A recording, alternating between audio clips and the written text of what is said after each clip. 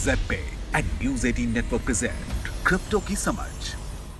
Hello, crypto की समझ में आइए समझते हैं आज difference between coins and tokens. कभी कभी ये एक ही शब्द के दो रूप के तौर पर इस्तेमाल किए जाते हैं, पर कॉइन्स और टोकन्स दो पूरी तरह से अलग कॉन्सेप्ट पर काम करते हैं। अब चलिए कॉइन्स के बारे में जानते हैं। क्रिप्टो करेंसी कॉइन या अल्ट कॉइन इनकरिप्शन तकनीकों का इस्तेमाल करके बनाया गया है और डिजिटल धन पब्लिक ओपन ब्लॉकचेन से बंधा सामूहिक रूप से संग्रहित डेटा प्रतिभागियों के बीच साझा किया गया।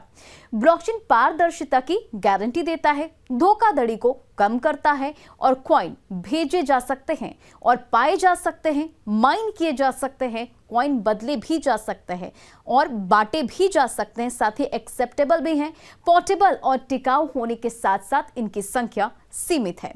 कॉइन पैसे के अलावा किसी काम को करने के लिए नहीं है।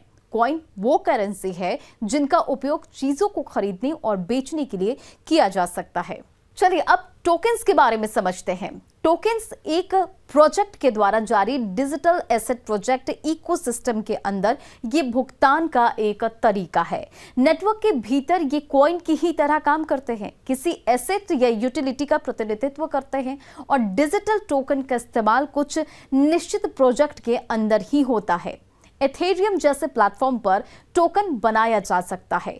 यूजर्स एक वॉलेट में कई तरह के टोकन स्टोर कर सकता है। एग्जाम्पल फॉर अ टोकन, ये एक निश्चित समय स्थान पर प्रयोग किया जाता है। टोकन किसी कंसर्ट का टिकट वास्तविक तौर पर टोकन है। कंसर्ट टिकट के साथ रेस्टोरेंट बिल का भुगतान नहीं कर सकते।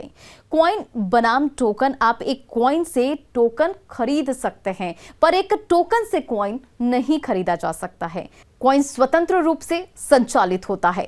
एक स्पेसिफिक प्रोजेक्ट में टोकन का स्पेसिफिक इस्तेमाल होता है। तो फिर ऐसे ही रोचक जानकारी लेकर आऊंगी आपके लिए। तब तक के लिए नमस्कार।